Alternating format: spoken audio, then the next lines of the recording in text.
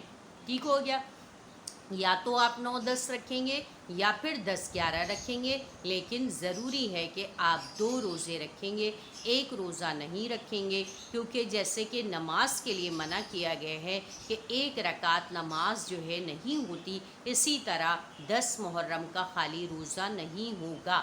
10 کے ساتھ آپ نے ایک اور روزہ ملانا ہے، 9 کو ملانا ہے یا 11 کو ملانا ہے، یہ آپ کی ثوابدید کے اوپر ہوتا ہے، ڈپینڈ کرتا ہے۔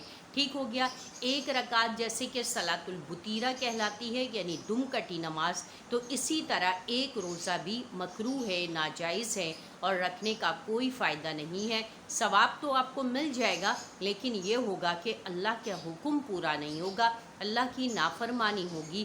تو اس سے بہتر یہ ہے کہ آپ اللہ کے حکم اور اس کے احکامات کو پوری طریقے سے ادا کریے اور پوچھ کے اور سمجھ کے ادا کیجیے۔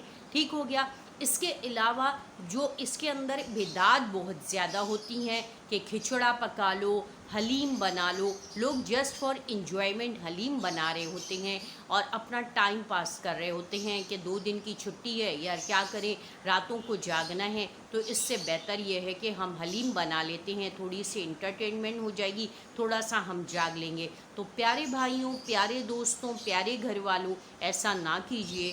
اگر آپ ایسا کرتے ہیں تو کھلم کھلا اللہ کے احکامات کو توڑ رہے ہیں، اللہ کے احکامات سے بغاوت کر رہے ہیں، اللہ کے احکامات سے اعلان آپ نافرمانی کر رہے ہیں۔ تو خدا را ایسا نہ کیجیے، اللہ ویسے ہی ناراض ہیں، تو جب اللہ ناراض ہیں تو ایسا نہ کیجیے، بلکہ اللہ کو راضی کرنے والے اعمال کیجیے۔ یہ مہینہ بھی بہت متبرک مہینہ ہے اور اس مہینے میں بہت زیادہ دعاؤں کا اہتمام کیجیے، کیونکہ یہ آپ کی شروعات کا مہینہ ہے کہ اس سے آپ کا نیا سال شروع ہوا ہے۔ تو اس لیے اس سال کا بہت زیادہ خیر مقدم کیجیے کہ اللہ تعالیٰ آنے والا جو گزرنے والا جو سال ہوگا 1446 کا، تو آج سے پہلے 1445 تھا جو کل تک تھا، آج 1446 شروع ہو گیا ہے یعنی 1446۔ تو 1446 کو آپ نے جیسے کہ دنیا کے لوگ ویلکم کرتے ہیں نا، اب جیسے کہ لوگ کریں گے دسمبر میں 2025 کا، تو وہ خوب پٹاخے بازیاں کرتے ہیں، خوب شور ہنگامہ شور غوغا کرتے ہیں۔ تو ہم نے تو ایسا نہیں کرنا، ناچ گانا، شور ہنگامہ، غورگا اور اس طرح کی کوئی لغویات اور غلط کام نہیں کرنا، بلکہ اللہ سے دعاؤں کا اہتمام کرنا ہے، اللہ سے اپنا کنیکشن بنانا ہے، اللہ سے اپنی باؤنڈریز مضبوط کرنی ہے۔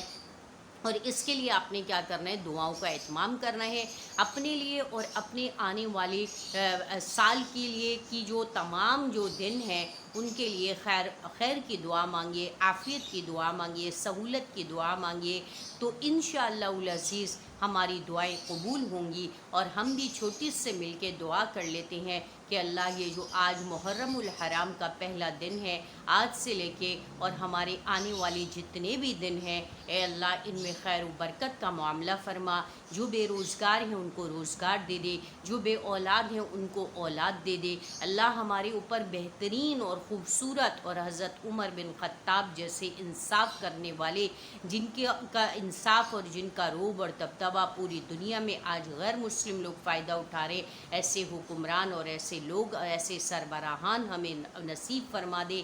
اس کے علاوہ ہم نے یہ کیا دعا کریں گے کہ اللہ جو بے روزگار ہیں ان کو روزگار دے دے حلال اور طیب، اللہ جو بے اولاد ہیں، جو بغیر شادی کے ہیں، ان کو نیک صالح رشتے عطا فرما دے، اللہ جو لڑکیاں گھروں میں بیٹھی ہیں ان کو بھی رشتے عطا فرما، جو لڑکے بیٹھے ہیں ان کو بھی رشتے عطا فرما۔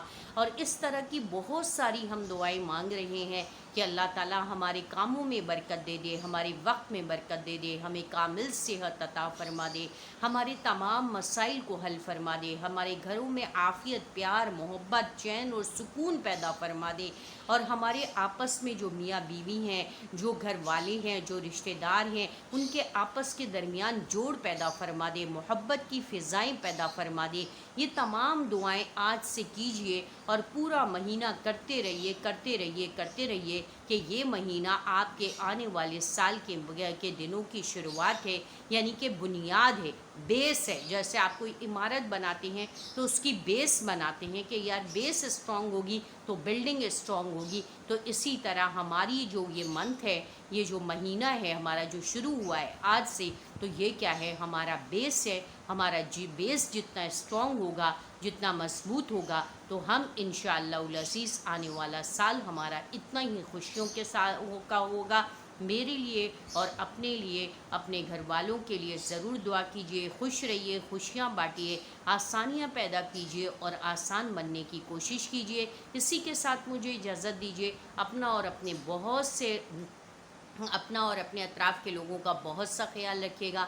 وآخر دعوانا الحمد للہ رب العالمین. السلام علیکم ورحمۃ اللہ وبرکاتہ.